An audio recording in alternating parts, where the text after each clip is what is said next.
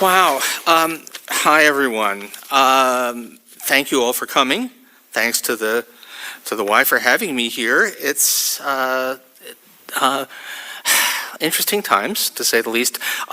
When I agreed to do this, which is really not that long ago, but still, I thought that this would be largely about tariffs. And that we'd be talking about, things move fast these days. I guess, I don't know, we used to talk about internet time, maybe it's Trump time. Things, the landscape shifts so drastically and so scarily that it's hard to keep track. And as it happens, as we sit here, the Senate is voting on the One Big Beautiful Bill Act, which, if it passes, which is, I gather, still somewhat up in the air, but if it passes, will radically change our country, just like that. And actually, before I get into the sort of substantive economic policy stuff, I don't, and I can't see anybody given the lighting, so I don't know how many people know that the One Big Beautiful Bill Act is the official title of the legislation. That's not me making fun of it. That is what it is actually called, and that in itself tells you a story. As people may have been aware, the president uses beautiful a lot, uses it more than anything else, uses beautiful to mean anything he approves of. And it's a weird quirk. I don't know, it's a verbal tick that I was trying to see if it has, if there's any subculture that it comes from, and I thought but no one seems to know. It just seems to be, that's, for some reason, that's something he does, and it's a weird verbal tick.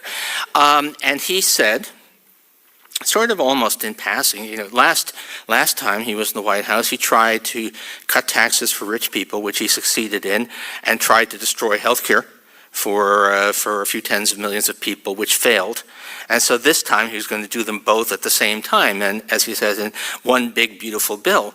And Congress, the House, the Senate, named the legislation that is being argued on the floor as we speak, the One Big Beautiful Bill Act, which is, bizarre. This is, the leader has a weird way of speaking, and you are so determined not to in any way offend or to curry favor with the leader that you simply incorporate that. It basically this general feeling. This is not something that normally happens in republics, right? This is Washington D.C. turning into Pyongyang on the Potomac. It really is something you'd expect Kim Jong-un to be dealt with that way, not the U.S. president. But that's where we are right now, and I do think that is significant in understanding where we are. So what is happening?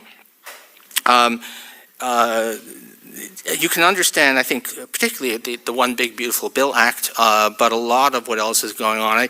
I have a kind of a unified theory to understand what's going on in policy right now, which is take basically everything good that has happened in America since Barack Obama took office in 2009, and let's destroy it. That would be that's a pretty good model for explaining a lot of what's in this legislation and some of the other things that are going on. So we had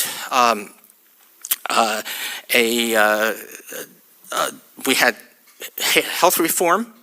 The Obamacare, aka Affordable Care Act, is a it's a Rube Goldberg device. It's a complicated set of legislation that is not the way anyone would have designed a healthcare system from scratch, but nonetheless makes a huge amount of difference. And so if you count, I would say that of people who were uninsured, that were not undocumented immigrants, we've got something like 70% of them insured as a result of Obamacare, which still makes us, we're still the only advanced country without truly universal health care, but we're a lot closer to being a civilized country on that front than we were. So, of course, the bill will savage that. We'll have incredibly horrific cuts in Medicaid, which is a core piece of it, and also cuts in the other parts, but above all Medicaid, which will take the form not even of eliminating the program or reducing the categories of eligibility, but instead creating an obstacle course of paperwork that will make it extremely difficult for people to get through the application process, and will uniquely hurt people with less formal education, people without internet connections, people, in other words, exactly the people who most need help will be excluded. So it's an incredibly cruel measure, and I think this is Aaron Serwer, the cruelty is the point. This is a deliberate, we're going to undo Obama's legacy on health care. We've had this incredible revolution in energy. Solar and wind, renewable energy was kind of hippy-dippy pipe dream stuff in the 2000s, and then suddenly everything fell into place. We suddenly have a situation where fossil fuels in many cases are just plain not competitive. Coal really, even without government intervention, coal would disappear from the energy landscape. Solar and wind are about 90% of recent additions to electricity generation capacity. And we had a set of policies under Biden to accelerate the transition to renewables. So this bill kills those subsidies, and not just that, actually imposes taxes, special taxes on renewable energy. So it's a deliberate effort to kill the renewable energy revolution, even though the technology wants us to have clean energy, but the party in power doesn't. And so that's another big thing. The U.S. economy has done really well relative to other advanced economies, at least in terms of growth. There are some other things we don't do so well on, but we've had high productivity growth, and particularly we've really pulled ahead on technology. And if you ask why, well, it's the underlying that is the immense strength, capability of U.S. science. We are the leading place to do science in the world, partly because we have critical government funding, partly because we have these great research universities, and the close links between the research universities and the government funding and business. So, Silicon Valley starts basically around Stanford University. The U.S. biotechnology industry really starts around MIT and the hospital complex in Boston and so on.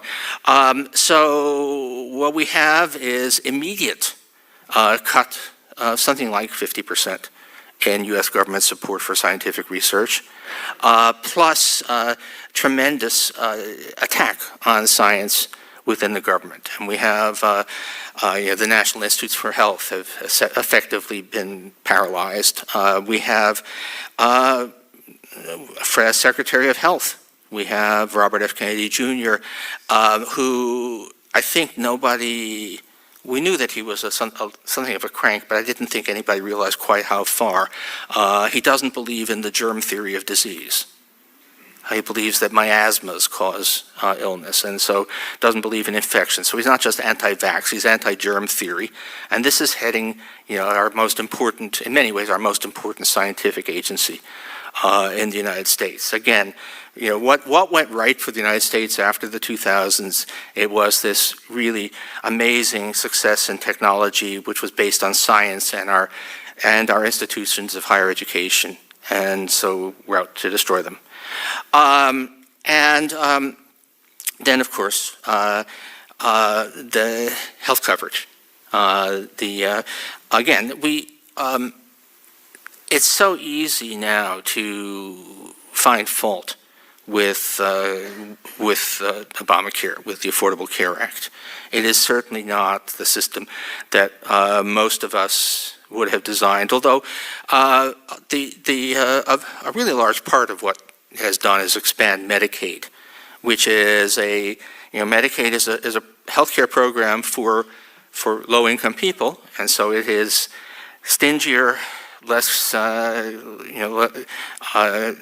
more restrictions, lower pay for health for doctors and nurses than other programs, but nonetheless is infinitely better than nothing. And in fact, in a lot of ways, Medicaid is the U.S. version of the kind of health care that many other advanced countries have. We're facing just really savage cuts, and there's a lot of back and forth about exactly how many people are going to lose coverage, but a reasonable number would be something like 16 million if this bill passes, and it could be more than that. And quite a few people will also be paying a lot more. Oh, no, what I was going to say is that the imperfections, imperfect as the bill is, as the current healthcare system is, I think a lot of people have forgotten what it was like to live in a world where if you had a pre-existing medical condition, and did not happen to have a job that came with generous health benefits, you were just out of luck. You just could not get covered. And I personally know people whose lives were saved by the fact that that coverage for pre-existing conditions was made available through that health reform. And all of that is basically on the chopping block now. So, boy, am I sounding... I've been friends said you need to end with something upbeat, so I will try at the end of this. But let's talk about that. The last thing I would say about where we are, right? Good things that happened. America, at least as I saw it, we became a more tolerant country. A lot of ways. I've been around for a while and tracked a lot of things through the changes in public attitude, changes in politics. If you go back, if we try to think about what America was like in the Reagan years, a clear majority of whites in America were opposed to interracial marriages. That's just 40 years ago. We were a country where interracial marriages were widely regarded as unacceptable, which I might say would be pretty bad for my personal life. And that went from almost universal, it went from widespread disapproval to almost nobody at least being willing to admit that they were against interracial marriages. We went from gay marriage being a possibly what swung the 2004 election to George W. Bush to it becoming very widely accepted in America. So we just in general became, I was certainly a more tolerant, more open, I would say a better society. And of course, all of that is now very, very much under assault. There's a level of sort of raw bigotry on multiple fronts. Presumably it was always there, but there was a point when people were afraid to, at least to admit to having those attitudes. And so all of this is it's the great dismantling of, I would say the dismantling of a lot of what makes America great. Okay, let me talk a little bit more about the specific things and then go on to the issues you might have expected me to be talking about or that I was expecting to talk about. But just let me say two things. Actually, three things. I'm turning into a Monty Python routine. That always happens.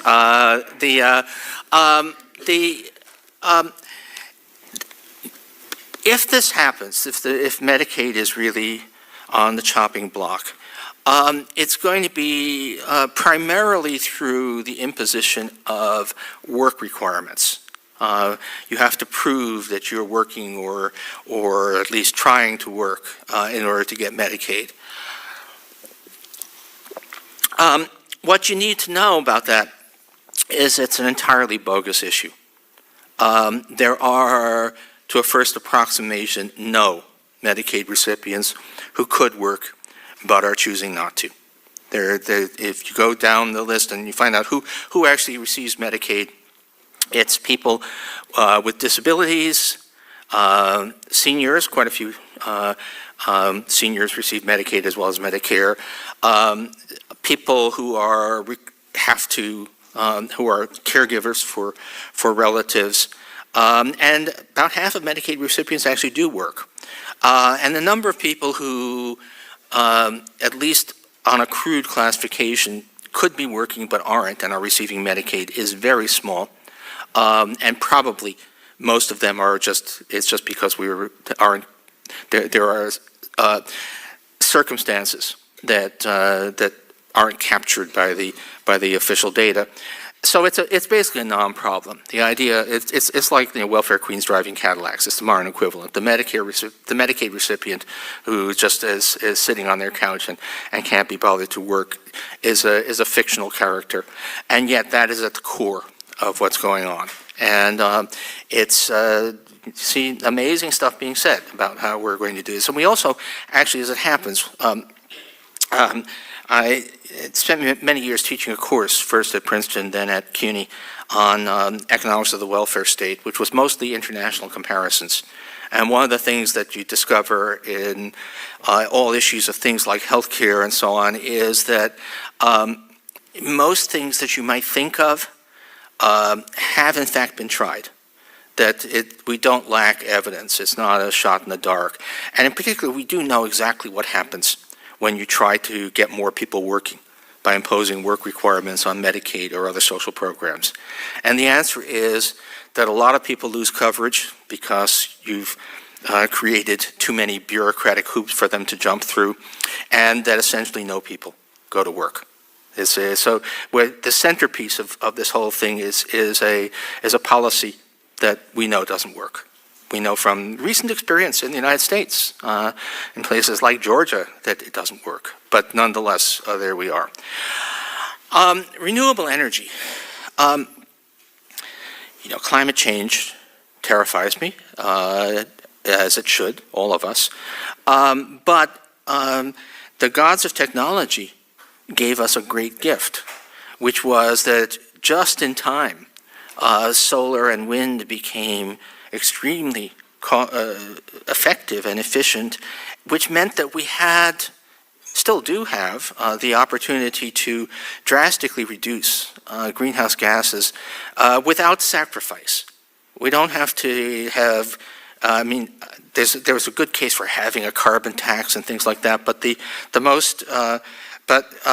fact of the matter is just mild subsidies to encourage the adoption of these renewable energy technologies is probably enough to achieve a huge energy transition with no visible negative effect on their standard of living. And we were making a good start on that until January 20th. And now it's all being rolled back. Science, technology, education. Again, the United States wasn't always the world's scientific leader. If you'd asked in 1930, what's the world's leading scientific nation, it would obviously have been Germany.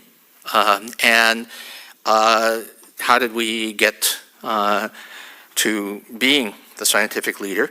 It was partly through being a place that welcomed people from all around the world who had stuff to bring, who had useful talents to bring. It was partly through a lot of government funding, and it was partly through a university system that was and is without par. There are fine universities elsewhere in the world. I do a lot of traveling to European universities, but they have a long way to catch up with, or did have a long way to catch up with the U.S. system, which, among other things, just because of the openness of American society, has been so successful at attracting the world's best talent. I I get email. I think I'm the world's king of hate mail. But my two favorite genres are on the anti-immigration stuff. First, I actually do get seriously. I get people who say, how would you feel? You're all blithe about it, but how would you feel if New York was full of immigrants? And the other I get is how would you feel if there were lots of immigrants competing for professor jobs? And you should look at the composition of any leading department in the United States.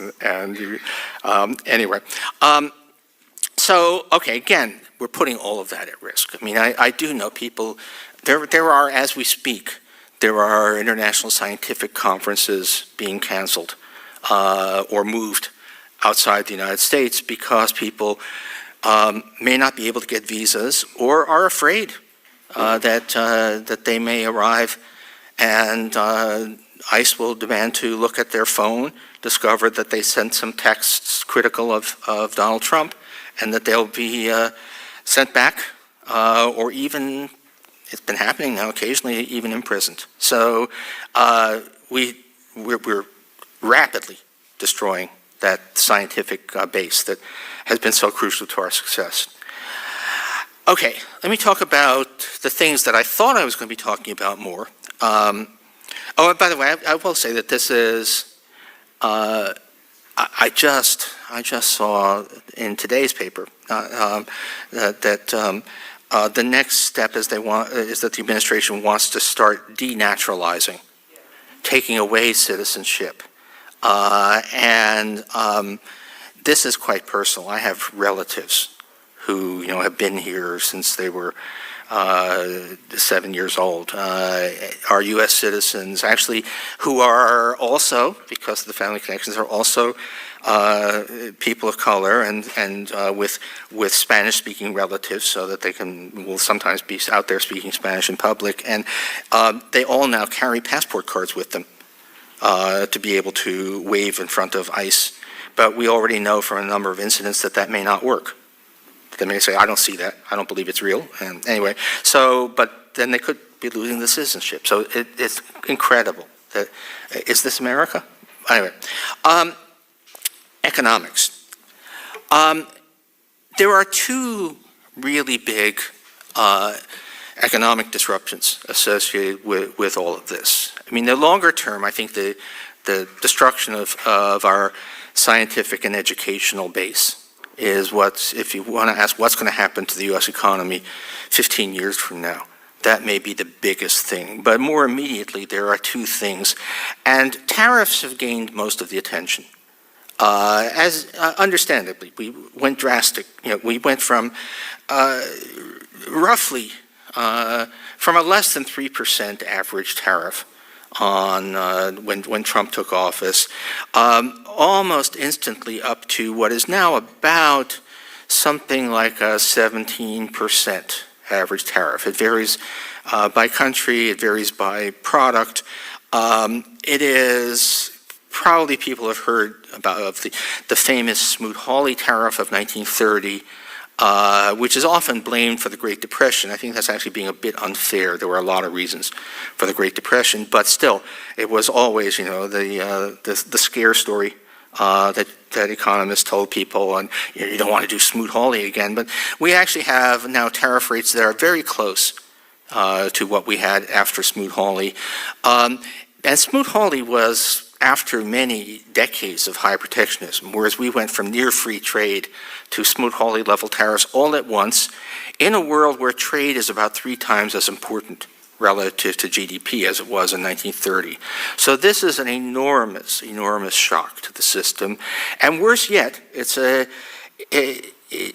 it was permanent, if we knew it was there, then businesses could try to plan around it. One dirty little secret of international trade is that while there's universal agreement among economists that tariffs are bad, numerical estimates of how bad are probably not as large as many people think, but a tariff where you'd have no idea what tariffs will be next month, let alone next year, that is really bad. That makes planning pretty much impossible. I'm going to waste a couple minutes. I don't know if people, there were two big tariff announcements on April 2nd and on April 9th. And the April 2nd tariffs that was Liberation Day. God help us. I attended actual Liberation Day a few months ago because I was visiting Portugal, where I have a long relationship, and their Liberation Day is they celebrate the overthrow of the fascist government. Ours, we celebrate tariffs. But the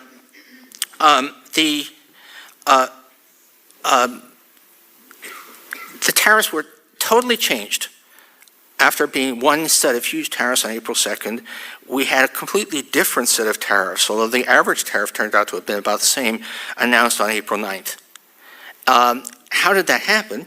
Well, it turns out we happen to know. I mean, let me say, I, as people may be aware, I have had my problems with mainstream media, but we do need these reporters with insider access. It needs, and so we know how it happened. We know that two of the less crazy members of the Trump economic team marched into the Oval Office while they knew that Peter Navarro, who was substantially crazier, was in another meeting elsewhere in the White House, got Trump to totally change the tariff policy, stayed in the office until he posted it on Truth Social. This is the world's greatest nation making enormously consequential economic policy. And it's destructive. It must be nightmarish to be trying to run a business these days if you have any connection to international trade, because you have literally no idea what the policy environment will be. We have a supposedly crucial date next week when all kinds of things will happen, but nobody thinks that whatever happens then will be the end of the story.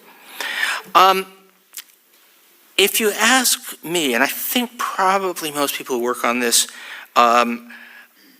deportations are an even bigger economic issue than tariffs. And just leaving aside, the human side and masked men who claim to be ICE agents but have no identification, snatching people off the street. Again, is this America? But just plain in terms of economic impact, one of the things that an issue I've not really done original work on, but followed a lot over decades, is that we've learned that immigrants really don't compete very much with native-born workers. You might think that they do, but it turns out that even if they have the same formal level of education, they take very different jobs. They take often jobs that are grueling or dangerous, that native-born Americans, understandably don't want to do, and or they just may bring skills that, in fact, we don't have here. So that if you look at, so if you say, well, we're going to deport 1 million workers, which looks quite plausible in the not-too-distant future, it won't be 1 million workers spread from across the economy. It will be the core of the workforce that picks our crops.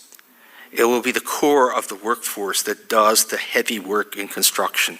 It will be the core of the workforce in meat packing.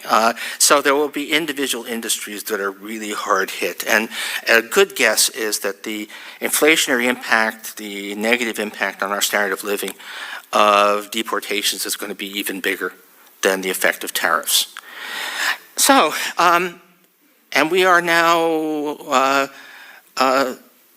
less than 6 months in, and it's quite a picture to paint. Now, it's always a temptation to imagine that there's going to be imminent economic crisis because of policies you don't like, and that's usually that's a bad line to sell, because usually, even if there is going to be I had an old teacher, Rudy Dornbush at MIT, who was a great international economist, but maybe best remembered for his Dornbush's law, which says that the crisis takes longer to happen than you can possibly imagine, and then when it comes, it happens faster than you can possibly imagine. And so I don't think that we should be expecting necessarily to see everything fall apart, next month. Of course, the stock market, God knows what drives the stock market. Another of my teachers, Paul Samuelson, said, the stock market has successfully predicted 9 of the last 5 recessions. You shouldn't be expecting catastrophe immediately, but my God, it's really wild stuff. And if you look at other markets, I was, God help me, in Brazil for a day last week. I should not have done that. But they're looking at interest rates and the dollar, and the fact that in the United States interest rates have gone up and the dollar has gone down, which never happens here. In America, when interest rates go up, U.S. investing in the United States becomes more attractive and the dollar goes up. And this combination of clearly people losing faith, international investors, whatever the stock market thinks, international investors are losing faith in America. The Brazilians were all saying, you look like us. And so we are starting to see signs that the U.S. looks like an emerging market. Now, we're a long ways, I think, from classic emerging market debt crisis, but it's not good. How does this end? The good news is that one of my great fears as we entered this era was that people would basically fall for it for a long time, that the public would just sit back and celebrate. Oh, those criminal migrants are being rounded up, and all of those pesky energy regulations are going away, and that sort of thing. And that is not what we're seeing. There's issue polling is always problematic, but for what it's worth, the one big beautiful bill is polling worse than any legislation in memory, and there have been a number of special elections, and so far Democrats in special elections have outperformed 2024 by 15 points, so that the public is not buying it. I don't know how many people, and again, I can't see anybody, but I don't know how many people went out for No King's Day. I was there. There we go. Anyway, all right. Well, I don't really need to show. Okay. And we think that there were 5 or 6 million people protesting that day, myself included, and that is saying that we actually have a fairly alert American public that will push back. Now, how it all plays out, there are all kinds of fantasies you can have, and we don't know, and we don't even know what's happening with the bill being debated on the Senate floor as we speak. But I don't think that, let me say, I actually think that the vicious cuts to social programs, that if this bill does pass, that they will not last. That in the end there will be just so much demand for at least a little bit of decency in this country that they will be reversed. It will take time. It will take a lot of struggle. But I think that will be okay. Other things, I don't know if we're ever going to get science education back to where they were. I don't think we're ever going to get the U.S. Reputation in the world back to where it was, because even if we get rid of this current regime, the world will always know that we are the kind of country that could have such a regime. That's a major, that's a loss of a breach of trust that you don't ever recover from, or it takes a long, long time. But weirdly, I'm actually a lot more hopeful than I was 3 or 4 months ago. It does seem to me that there's a lot more underlying decency in the nation, and a lot more pushback than you might have feared. And let's hope that I'm right, and let's. And I will have. I'm told I'm supposed to remind people that I have a Substack. That there's plenty to write about on the Substack, which is not a good reason to be going through hell, but is a small compensation, at least personally, for it. It is. These are wild times, and can I quote? Death of a salesman, attention must be paid. Thank you all.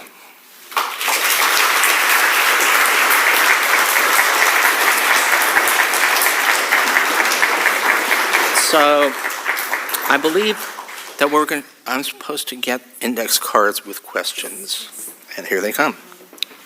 Oh, there are so many that just came in. I couldn't go over all of them, so All just right. pick and choose what you think. Okay. Actually, I'll just go with the top one right away about can Trump's policies cause a depression? Yes. Tariffs don't necessarily cause a depression or a recession. They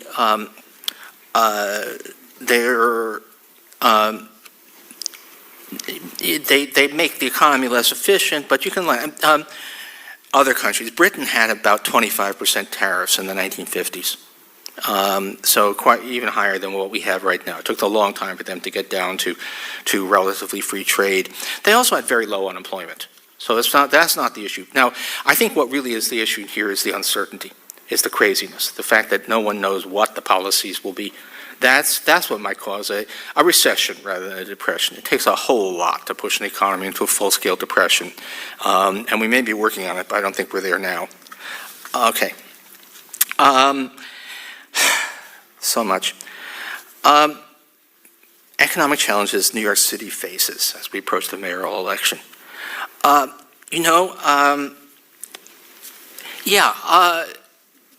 think it all comes down for New York to affordability. Almost everything else is really, in a lot of ways. I saw that after the mayoral election, Stephen Miller said, this is what happens to a society when it allows unrestricted migration. And New York society, as a society, looks pretty good. We have the lowest homicide rate probably in the city's history.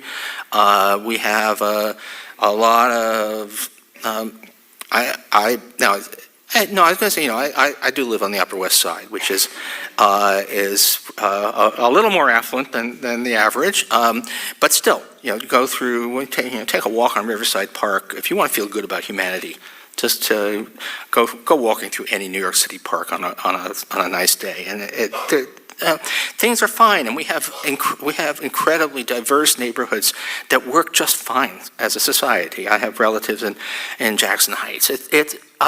But what we don't have is housing that regular people can afford. And it's mostly housing. So the important thing for New York, I don't think that we're all of the billionaires saying, I'm going to leave because you're about to elect a leftist Muslim mayor. First of all, they won't. The ones who will are the ones who we're going to anyway. But the fact of the matter is, one of my favorite quotes, there was a Bloomberg article about the mostly failing attempts to move the financial industry to Miami, and one of my favorite was some private equity guy saying that the trouble with moving to Florida is that you have to live in Florida, I think the attractions of the city are enormous, but we have to build housing. I don't even think, even if it's not affordable housing, if you build more high-end housing, that frees up housing. The city needs to become, needs to provide more places to live so that it becomes more affordable again. And there are role models out there. There are giant cities that have much more affordable housing, which aren't necessarily the ones you think. I would never have imagined myself saying this, but gosh, in terms of housing policy, I wish New York was more like Tokyo, which is at these days surprisingly affordable.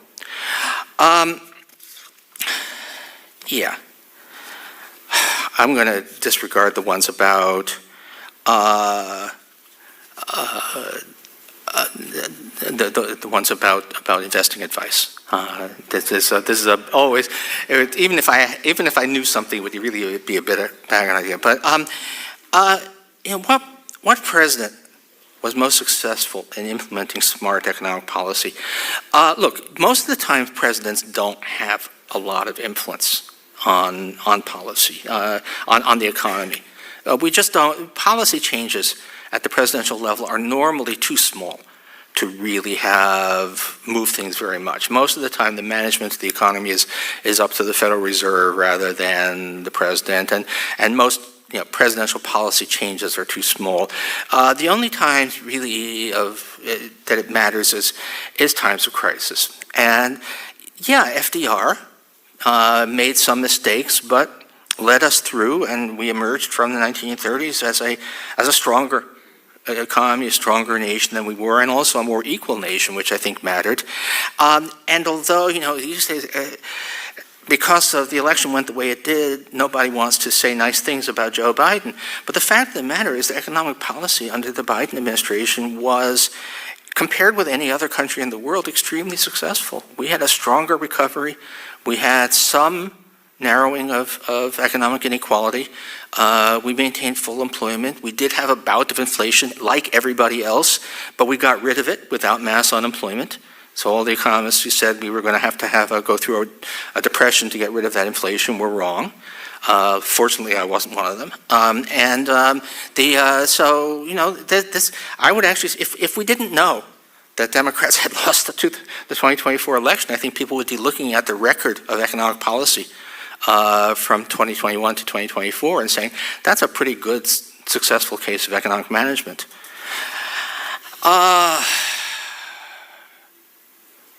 This is actually a good one. What country do I think of as a good model? Look, nobody's perfect. Every country has its own quirks and negativities and virtues.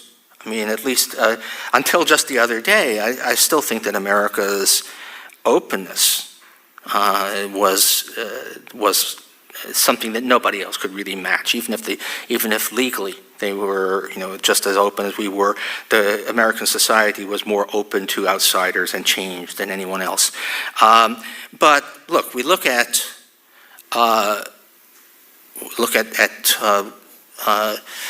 Denmark. The Nordics in general, but Denmark, per capita GDP is lower than it is here, but that turns out to be mostly because, unlike Americans, the Danes actually take vacations. So it's not clear to me that that's a problem, and there's no, there's nobody goes without health care because they can't afford it. There's just no intense poverty of the kind that we have here, which, by the way, in case you want to know, yes, they have a ethno-nationalist political movement there.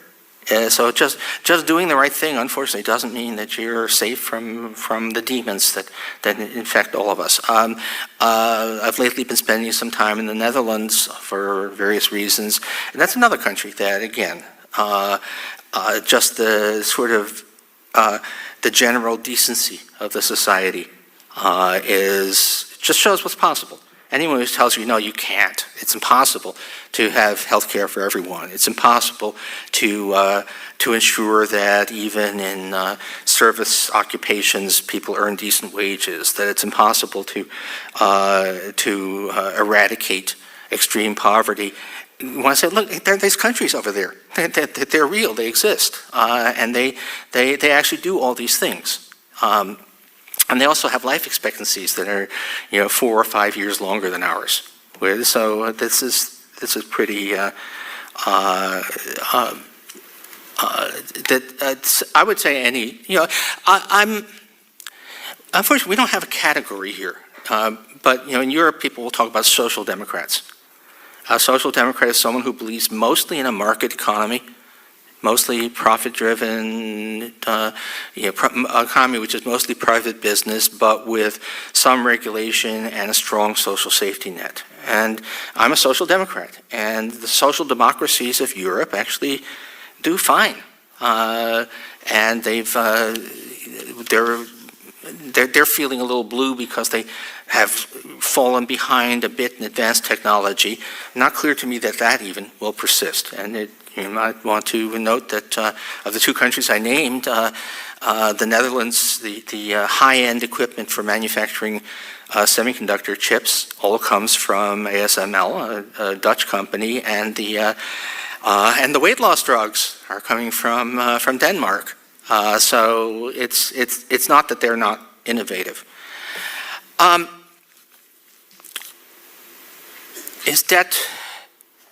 Has debt reached a point of no return? Economically, arithmetically, no, not remotely. Rich countries with stable governments that borrow in their own currencies have enormous ability to cope with and eventually work down debt. U.S. debt is currently about as high as a share of GDP as it was at the end of World War II, and we dealt with that. Britain came out of World War II with debt that was 250% of GDP, 2.5 times what we have in the United States.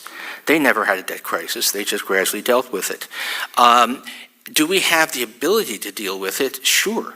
The U.S. has one of the lowest tax rates, overall tax share of GDP in the advanced world. If we were to move even halfway to the average tax rates that other advanced countries have, we would have no trouble at all getting our debt under control.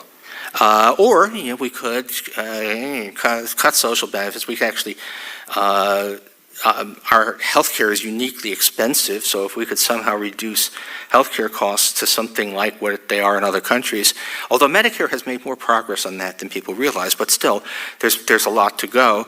That would also help, but all of that is really easy. The arithmetic of getting U.S. debt under control is really, really easy. Just say we need to get some powerful groups to accept change. We need to get people to accept the need for higher taxes. We need to get people to accept that we need to end the overpayments, the Medicare Advantage overpayments that are inflating the costs of Medicare. And try making those arguments on the floor of the Senate right now. So the problem is all political. It's not. There's no fundamental, level of unsupportable debt. There's kind of a related question. Future Social Security. Social Security, it's a weird, very typically American actually, that we set up a system where it is kind of deliberately is set up to look like what it isn't. So Social Security looks like a pension fund, where people pay in and then they get their money out. And if you treat it, and the accounting is done as if it's a pension fund, but it really isn't. It's just another government program that for accounting purposes we tie to a particular tax. So your FICA, the FICA on your paycheck is applied to Social Security, but there's nothing that says that Social Security has to be paid for out of FICA. And does the United States have the resources to maintain promised Social Security benefits? Yes, not a problem. I mean, almost all the baby boomers are now actually at retirement age.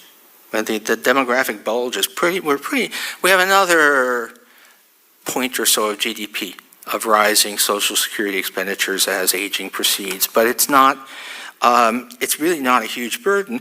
What we do have is that it's turned out that for reasons not worth going into, that the fix that was the 1985 fix that was supposed to secure Social Security without further changes until 2060 isn't going to get us there. But could we find the resources to top up the system and keep it going? Sure. If nothing is done, just the mechanics, nothing is done, Social Security benefits will drop by something like a quarter when the trust fund is exhausted sometime in the next decade or so, possibly sooner. It's easy to do something, and for what it's worth, I cannot really believe that sharp benefits cut will be allowed to happen. I think there are just too many people who would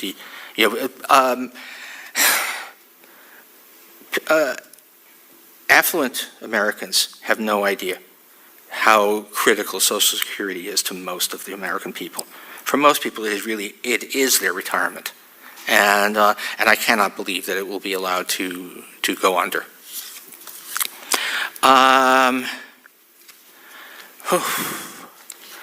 Yeah, someone's asking about surveillance technology, and I have no idea. A little scary. I mean, to some, I don't know. I was actually two things. I was a fan of the old TV series Person of Interest, where the conceit was that the U.S. government already has a system that monitors everything, and then they built a whole elaborate plot around it. And then, rather weirdly, I spent 16 weeks on a New Jersey grand jury, which is not unfortunately the kind of grand jury where you indict, members of Congress. It means that in New Jersey, what that means is that once a week, the police present the reasons they made an arrest, and 23 citizens need to vote on whether that's adequate grounds to go to trial, which it almost always is. But anyway, one thing I learned is that actually, Person of Interest was pretty much right. If you think that you're private and that nobody is filming you, you are probably wrong. It's the security camera in the convenience store, the security camera in the funeral home down the block. The odds are very, very. They're all these, petty. The other thing you realize is so much crime is just. There used to be a TV show called America's Dumbest Criminals. But anyway, there's so much crime is really just petty and stupid. But the petty drug deals done on dead of night at 2 a.m. On a deserted street, more often than not, they are in fact on camera. So we're already there. This is how we live.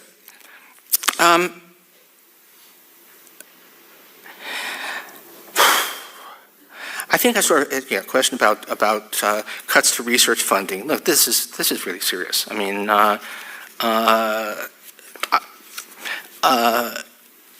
really glad that I didn't go into hard science, because it's absolutely devastating. Because what they do costs a lot of money, and I'm actually kind of glad not to be a young researcher anymore, because the resources are there. God knows what's going to happen. This is the scale of the cuts is just almost unfathomable. And it's not just, the way it's been working is not simply that no new grants, but they're just sort of stopping payments on existing grants, which, in the private sector would be breach of contract. I think actually is even for the public sector, but nonetheless it's happening all over the place. Okay. Somebody wants the impacts of a weakened U.S. dollar. Look, it helps U.S. exports. It slightly reduces imports. It adds to inflation. One of the arguments was that tariffs weren't going to raise prices that much because the dollar would go up, and the dollar has gone down instead. And this person just asked me to sign the card, and I have a problem, which is I've gone all digital, and I have no pen. So anyway, sorry.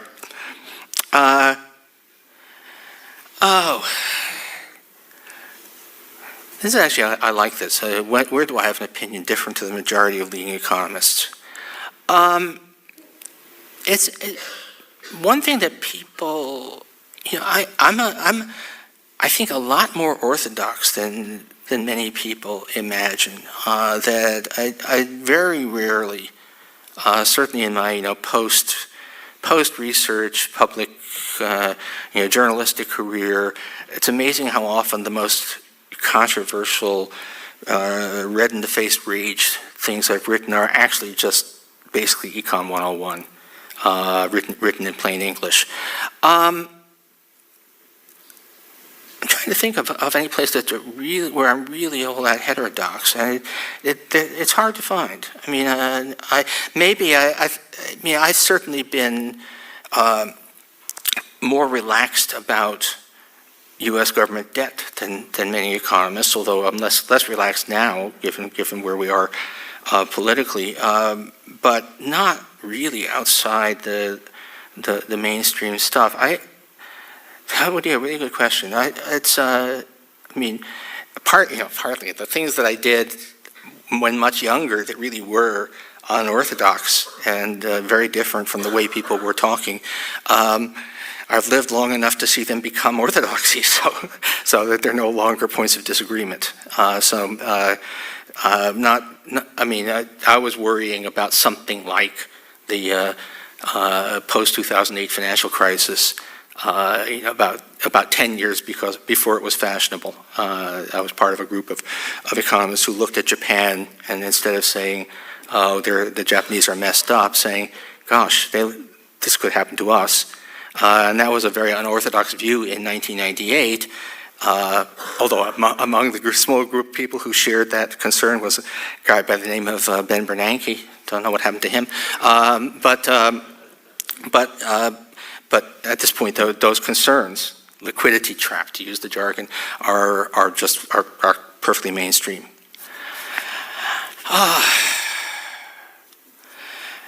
How can we transition to a single-payer system? I think this is actually a very good question. Let me talk about Obamacare. We did not. I mean, a lot of people, if you'd asked, I think most economists who paid attention and thought about how they would design a healthcare system if they could do it from scratch, they would have said single payer, something like Medicare for all. In fact, one of my best friends, Mei Chung, who's the widow of Uwe Reinhardt, who was one of America's leading health economists, a colleague of mine when I was at Princeton. Mei and Uwe actually designed Taiwan's healthcare system. They were in a position to do that. And it's single payer. It's basically a Medicare for all system. Underfunded now, so that's one of those things that becomes a problem, but still. But if you asked Uwe or May, are you there going to advocate Medicare for all for the United States? They would say no, because the political lift is too hard. Too many people have employer-based insurance and think it's okay. The lesser problem is the insurance industry has a lot of political power, so we're going to have to do a compromise, which we did. But one more thing worth saying is that 70 million people are on Medicaid. I think about 50 million on Medicare, and particularly on Medicare, they're the expensive. Healthcare gets a lot more expensive as you get older. So in terms of where the dollars go, the United States already has more than half of health insurance spending in America is in fact coming from the government. We're a lot closer to having a single payer system than people realize. It's just there are tens of millions of people who are still getting insurance through their employers, but it would make less difference, I think, than people imagine. Oh boy. Monetary and fiscal policy for the rest of the year and next year. That's obviously really, we have Trump yelling at the Fed to cut interest rates, and the fiscal policy is clearly disastrous. There are times when you really want to run large budget deficits, which basically are times of emergency. During wars, the aftermath of severe financial crises, and global pandemics that bring the economy to a halt. Those are times when you really want to run big deficits. There is no warrant for running big deficits now, and yet we're doing it. So the fiscal policy is way out of whack. Should the Fed be cutting interest rates? The answer is, I don't know. Because there's so much uncertainty about where we really are and what's happening, and the secret, Jerome Powell doesn't know either, right? It is an inherently very hard situation. If I were him, I'd be doing what he is, which is sitting on his hands and waiting for more evidence. And it may turn out that in retrospect, the Fed should have cut rates, but we don't know that now. We don't, mean, just trying to imagine what the world economy will look like, let's say in January 2026, is already, the range of possibilities is just huge. So what is the right policy right now? In some sense, paralyzed fear is the appropriate attitude. Will manufacturing onshore help the economy? This is actually, and I will take just a couple more because I think we're all getting tired. Let me just say, what people don't, I think, really understand is that we used to be a country where manufacturing dominated the economy. It used to be, it's as late as, like 1970, a quarter of the workforce was in manufacturing and roughly the same share of GDP. That did not, and now it's about 10 instead of 25. And you say, well, that must be because we import everything, right? But that's actually not true. We do have a deficit in manufactured goods, and manufacturing would be bigger than it is if we didn't have that trade deficit, but not all that much bigger. So my back of the envelope says it would be 12.5% instead of 10%. Not a transformative change. You can look at Germany, which runs enormous trade surpluses. And Germany has more manufacturing than we do, but even Germany has way less manufacturing than it used to, and way less manufacturing than the United States used to. Basically, the reason we have so little manufacturing is that we do it so well, that it doesn't take a whole lot of workers to produce manufactured goods. It's the same, the United States is a gigantic exporter of agricultural goods with almost no farmers. And basically, roughly the same thing has been happening a little less drastically, but over time the same thing to manufacturing.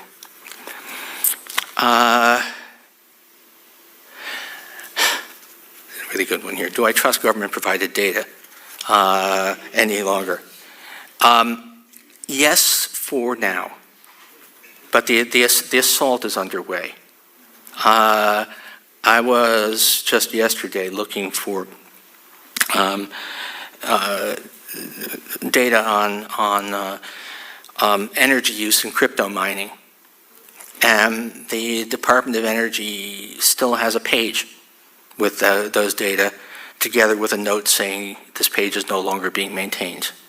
So they're gradually shutting it down. Now, how far the politicization goes, whether we do, whether we become like Argentina during the Kirchner years, where it's all fake. I don't know. It's going to be we're watching, and I'm already, and I have friends who are more seriously working on making sure that they have ways of taking independent private sector estimates and using them to sort of keep a running check on the official data. So if it starts happening, we will know, but it's certainly something that's possible. And I'm going to conclude, but not really answering the question. So someone said, would Harry Seldon believe that Trump is the mule? So the reason, I don't think he fits the description at all. But if people don't know, I was definitely a teenage nerd, very much into Isaac Asimov's Foundation series. And in the Foundation novels, the mathematical social scientists, through their models, save galactic civilization. And I wanted to be one of those guys. And this was as close as I could get. So that's sort of the story of my life. And there is a TV show, allegedly based on Foundation, and people tell me it's not bad, but I cannot bring myself to watch it because it bears no resemblance at all to the themes, to what, they took this really quite unusual, interesting idea of Isaac Asimov's and turned it into Star Wars. And it may be a good version, but I can't bring myself to watch it. So, yeah, and honestly, the fundamentally implausible thing about, even though those were great novels by Asimov, the fundamentally implausible thing was to believe that human affairs can ever be predictable enough, that your equations are going to be able to let you know what's going to happen 200 years out. I don't even know what's going to happen 2 months out. I think that's the end of today's session. Thank you all.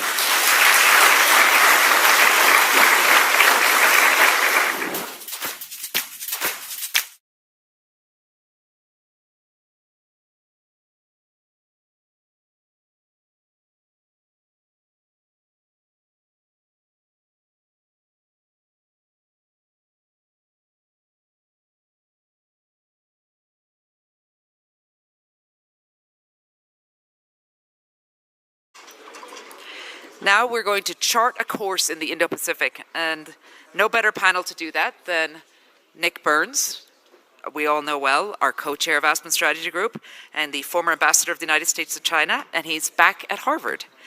Also, we have Kevin Rudd, currently ambassador of Australia to the United States, and also the former Prime Minister of Australia. Mike Green is joining us. He's the professor and CEO at the United States Study Center and former special assistant to the President for National Security Affairs and senior director for Asian Affairs at the National Security Council. And our moderator today is Dimitri Sevastopoulos from the Financial Times. Please join me in welcoming them to the stage. Thank you. Thank you very much, Niamh. Before we start, Kevin has told me that he's here in his individual capacity and not as the ambassador of Australia, which means I'm going to actually expect him to answer some very tough questions because he can't get in trouble back home. Yes, I can. So let me thank you, all of you, to start off. Let me start with you, Kevin. Does President Trump have a clear strategy on China?